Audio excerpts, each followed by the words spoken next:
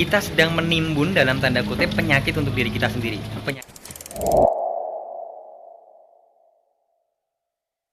Oke, selamat pagi. Assalamualaikum warahmatullahi wabarakatuh. Salam sehat dan berlimpah selalu untuk teman-teman semuanya.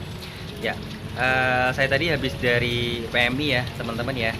Dan setiap mau donor gitu kan ya, itu pasti ada sebuah pertanyaan dari perawat yang ada di PMI itu, apakah kita ya, kalau teman-teman sering donor pasti sering mendengar pertanyaan ini gitu ya, apakah kita atau apakah Anda gitu kan konsumsi rutin obat gitu kan ya.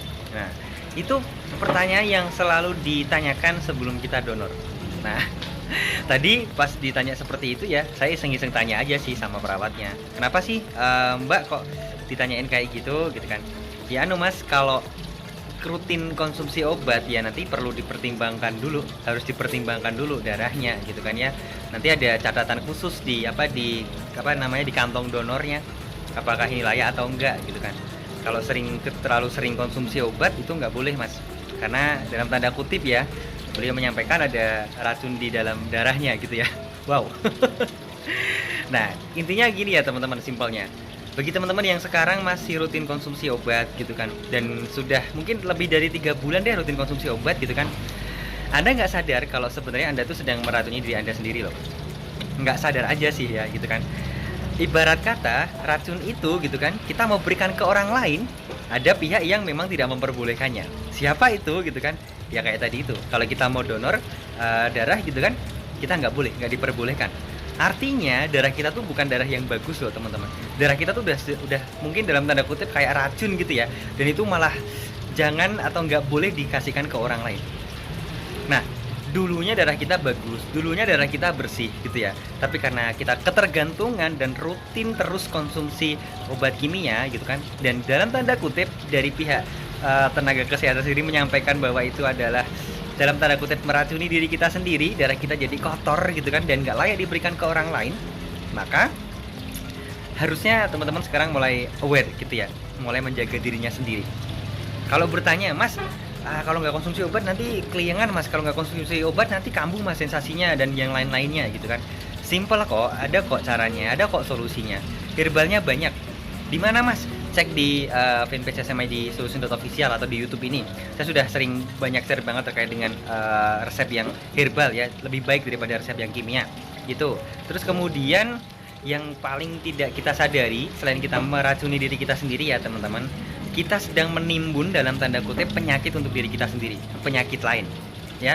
Karena saya banyak sekali menemukan kasus di luaran sana, dan terutama yang member yang ikut mentoring ya, ada yang sampai kena batu ginjal, ada yang kena sampai kena jantung gitu kan, efek samping dari dia konsumsi obat. Dulunya nggak pernah sih, cuman karena memang mungkin ginjalnya nggak kuat, terus kemudian jantungnya juga nggak kuat dengan dosisnya yang setiap konsumsi itu kan berapa biji gitu ya. Anda kalau konsumsi obat untuk asam lambung, Maggard atau bahkan anxiety dan psikosomatisnya kan nggak cuma 1 biji ya, dan itu dikonsumsi rutin berhari-hari gitu kan.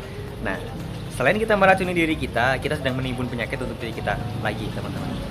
Terus gimana Mas solusinya biar bisa lepas dari ketergantungan obat gitu kan? Saran saya simple. Anda praktekkan saja buku saya 5 langkah ampuh berdamai dengan asam lambung, Maggard dan anxiety. Saya yakin Anda akan lepas dari ketergantungan obat teman-teman. Kenapa bisa gitu Mas? Banyak sih yang udah mempraktekannya gitu ya. Bahkan ada salah satu member yang kemarin ketika kita diskusi itu beliau menyampaikan udah 10 tahun ketergantungan obat. Bayangin teman-teman, 10 tahun itu waktu yang nggak singkat banget ya. Itu hampir 3.650 hari. Waduh, lama banget kan waktunya ya. Dan rutin konsumsi obat selama 10 tahun. Tapi alhamdulillah setelah memang beliau ikut mentoring gitu ya, tapi belum menjalankan mentoringnya. Tapi setelah rutin 7 hari ya, membaca buku saya kemudian mempraktekannya, beliau akhirnya menemukan solusi. Bahwa solusi sakitnya beliau, psikosomatisnya pada waktu itu ya, itu udah level tertinggi dari sakit asam lambung deh. Efek samping dari asam lambung kan psikosomatis gitu ya, sampai frustasi gitu kan. Nggak konsumsi obat lagi setelah 7 hari. Setelah mempraktekkan buku saya teman-teman. Kok bisa gitu Mas? Ya karena mereka tahu solusinya seperti apa. Sebab sakitnya itu udah ketemu.